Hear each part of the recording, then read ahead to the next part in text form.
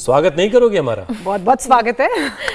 देखिए, गिनती के बस 5 दिन और बचे हैं। कुदरत के एक दबंग से बचने की तैयारी आप भी शुरू कर दीजिए, क्योंकि अगले 3 महीने ये अपनी धौंस जमाने के लिए मैदानी इलाकों में भी अपनी दस्तक अब दे चुका है। हुसैन, और एक बार जो कमिटमेंट कर देते हैं तो फिर अपने आप की भी हम नहीं सुनते। जी हां, बात हम कर रहे हैं ठंड की, दबंगई की। और यकीन ना हो रहा हो तो पहाड़ों को ही देख लीजिए, किस कदर पहाड़ों में बर्फबारी हो रही है। कश्मीर, हिमाचल प्रदेश, उत्तराखंड, हर तरफ बर्फ की सफेद चादर पूजा बिछने लगी है। बिल्कुल ज्योत्सना, और फोरकास्ट के मुताबिक भी दिल्ली, एनसीआर समेत उत्तरी भारत में इस हफ्ते अचानक से मौसम बिगड़ने के साथ ठंड बढ़ने वाली है। वैसे सेहत के लिहाज से भी ज्यादातर लोगों को सर्दियां परेशान करती हैं, क्योंकि हर दूसरा भारतीय किसी ना किसी लाइफस्टाइल डिजीज से जूझ रहा है, बीमारी की गिरफ्त में है। हर तीसरा शख्स हाई बीपी से परेशान है, जो सर्दी के मौसम में पसीना ना बहने, खान पान बिगड़ने और वर्कआउट में कमी की वजह से ट्रिगर होता है। वैसे कुछ ऐसे लोग भी हैं ज्योत्सना, जो ठंडी के मौसम में परवाह किए बगैर सुबह सुबह सैर कर निकल जाते हैं और ठंडे पानी से भी नहा लेते हैं, साथ ही सर्द हवा से भी सर नहीं ढकते।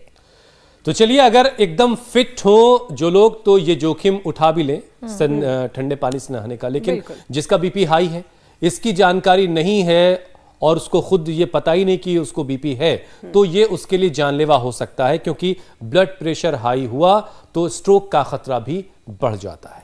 वैसे इस सर्दी में अलर्ट रहने की जरूरत इस लिहाज से भी है क्योंकि देश में स्ट्रोक के मामले 100% बढ़े हैं, और ये इंडियन स्ट्रोक एसोसिएशन का सर्वे है। वैसे भी भारत में हर साल 18 लाख लोग स्ट्रोक के शिकार होते हैं। दरअसल हाइपरटेंशन एक साइलेंट किलर है, जिसके सिम्टम्स लोग आसानी से पहचान नहीं पाते, और यही वजह है कि हर 20 सेकंड में एक भारतीय को ब्रेन स्ट्रोक होता है।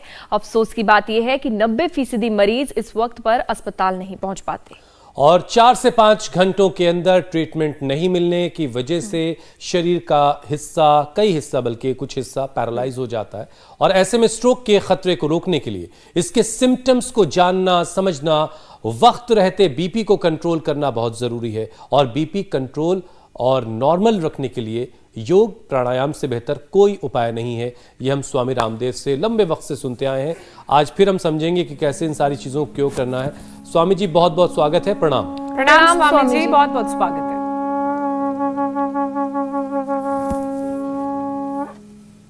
तो ये शंखनाद हो गया है योग का, आयुर्वेद का, प्राकृतिक चिकित्सा का। और अब किसी की मौत नहीं होगी। जैसे पूजा जी बोल रहे थे, 20 सेकंड में एक को ब्रेन स्ट्रोक हो जाता है, फिर किसी को हार्ट अटैक हो जाता है, किसी को रीनल फेलियर हो जाता है। और इससे कैसे बचा जाता है? देखो इधर ये साधना खड़ी, इसका नाम ही साधना है। कब से था आपको?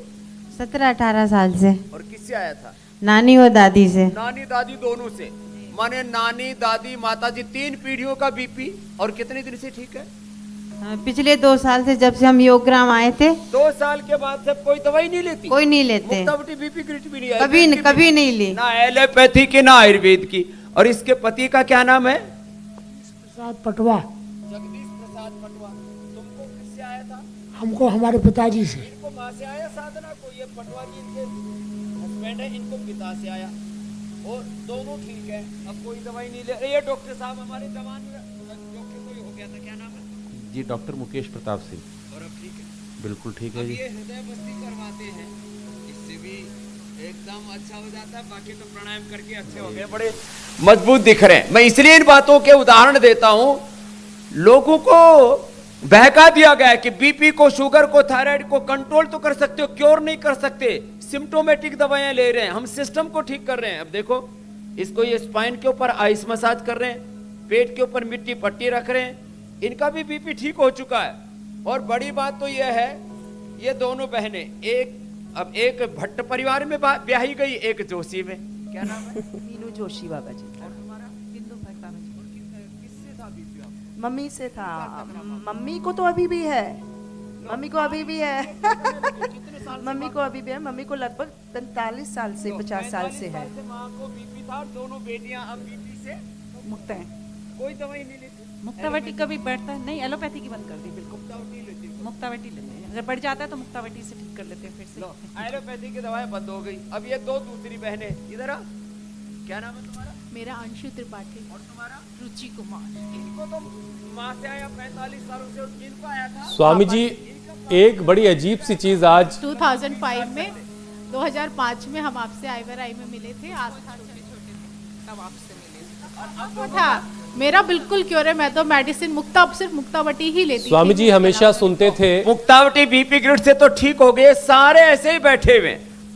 दादी नानी की कहानियां, आओ साथ में। दादी नानी के नुस्खे ठीक, कुछ कह रहे थे जिंदगी मेरे में भाई। काम आते हैं, लेकिन दादी और नानी से अनवांटेड चीजें भी आ जाती हैं जो फिर बीमारियों का सबब बनती हैं। ये भी एक बात सामने धीरे धीरे आ रही है, हालांकि हम सब जानते हैं, लेकिन उस तरफ ध्यान कम जाता है। लेकिन स्वामी जी सर्दी आ चुकी है, अब इस तरफ सबका ध्यान है। हालांकि जैकेट कौन नहीं पहन रहा है, कौन पहन रहा है, ये अलग की बात है। लोग इंतजार कर रहे हैं कि पड़ोसी पहले पहने तो फिर हम पहनेंगे। लेकिन स्वामी जी सर्दियों में हाइपरटेंशन एक बड़ी समस्या है। योगाभ्यास के साथ साथ ऐसा क्या किया जाए कि आप तो खैर पहनते ही नहीं, हमें खबर है स्वामी जी। तो स्वामी जी इन सर्दियों में ऐसा क्या किया जाए कि बगैर दवा बीपी का ग्राफ नीचे लाया जाए, क्योंकि देश में स्ट्रोक के मामले 100% बढ़ गए हैं। हेल्थ एक्सपर्ट्स की माने तो ज्यादातर लोगों को इसके जो सिम्टम है उसका अंदाजा ही नहीं है। जैसे सर्दी बढ़ती है ना हुसैन भाई, जी जी ज्योत्सना जी, पूजा जी, जी स्वामी। वैसे वैसे पसीने कमाते हैं, अंदर सोल्ट जमा हो जाता है, स्ट्रेस से टेंशन से भी बीपी बढ़ता है, एसिडिटी बढ़ने से भी बीपी बढ़ता है, कोलेस्ट्रॉल बढ़ने से भी बीपी बढ़ता है, वेट बढ़ने से भी बीपी बढ़ता है, नींद पूरी ना आए उससे भी बीपी बढ़ जाता है। बीपी बढ़ने के 100 कारण हैं, योग से सबका निवारण हो जाता है। तो जो अधिक ना कर सके कम से कम ताड़ासन तिर्यक ताड़ासन से शुरू करें। ताड़ासन तिर्यक ताड़ासन और सूर्य नमस्कार। अब तो पूजा जी, प्रिया जी भी बात अच्छे से करने लग गई है।